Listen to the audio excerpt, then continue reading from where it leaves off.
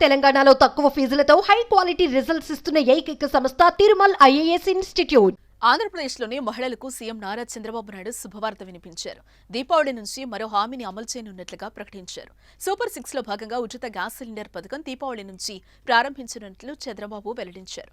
మంగళగిరిలోని సీకే కన్వెన్షన్లో జరిగిన ఎన్డీఏ శాసనసభాపక్ష సమావేశంలో చంద్రబాబు ఈ ప్రకటన చేశారు.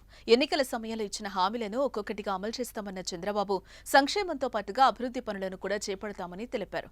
మరోవైపు ఏపీ ఎన్నికల ప్రచారం సమయంలో మహాశక్తి పథకం కింద మహిళలకు ఏడాదికి ఉచితంగా 3 సిలిండర్లు ఇస్తామని ఎన్డీఏ కూటమి హామీనిచ్చింది. ఈ హామీని నెరవేరుస్తూ తెల్ల రేషన్ కార్డు ఉన్న కుటుంబాలకు దీపావళి నుంచి ఉచిత గ్యాస్ సిలిండర్ల పథకం ప్రారంభించనుంది.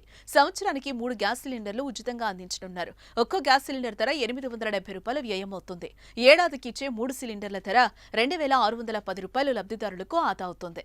అక్టోబర్ 1 నుంచి ఏపీలో కొత్త లిక్కర్ పాలసీ అమల్లోకి వస్తోంది. కొత్త మద్యం విధానంలో కీలక నిర్ణయాలు తీసుకుంది ఏపీ కేబినెట్. కల్లుగీత కులాలకు 10% మద్యం షాపులు రిజర్వ్ చేస్తూ నిర్ణయం తీసుకుంది. బార్ల లైసెన్స్ ఫీజులను 4 స్లాబుల్లో నిర్ణయించారు. మద్యం ధరలను అందుబాటులోకి తెచ్చేందుకు ₹99కు క్వార్టర్ మద్యాన్ని అందుబాటులో ఉంచాలని నిర్ణయించింది మంత్రివర్గం. కొన్ని IMFL కంపెనీలతో మాట్లాడి ఇతర రాష్ట్రాల కంటే తక్కువగా ప్రత్యేక ధరకు ఏపీలో అమ్మేలా చర్యలు తీసుకోవాలని కేబినెట్ నిర్ణయం తీసుకుంది. నాణ్యమైన బ్రాండ్లను అందుబాటులో ఉంచాలని నిర్ణయించింది. కొత్త విధానంలో ప్రీమియర్ షాపులకు అనుమతి ఇవ్వబోతున్నారు. టెంపుల్ సిటీ తిరుపతిలో ప్రీమియం షాపులు ఉండవన్నారు మంత్రి పార్థసారథి. గ్యాస్ ఇస్తాను, ఉచిత గ్యాస్ ఇస్తాను.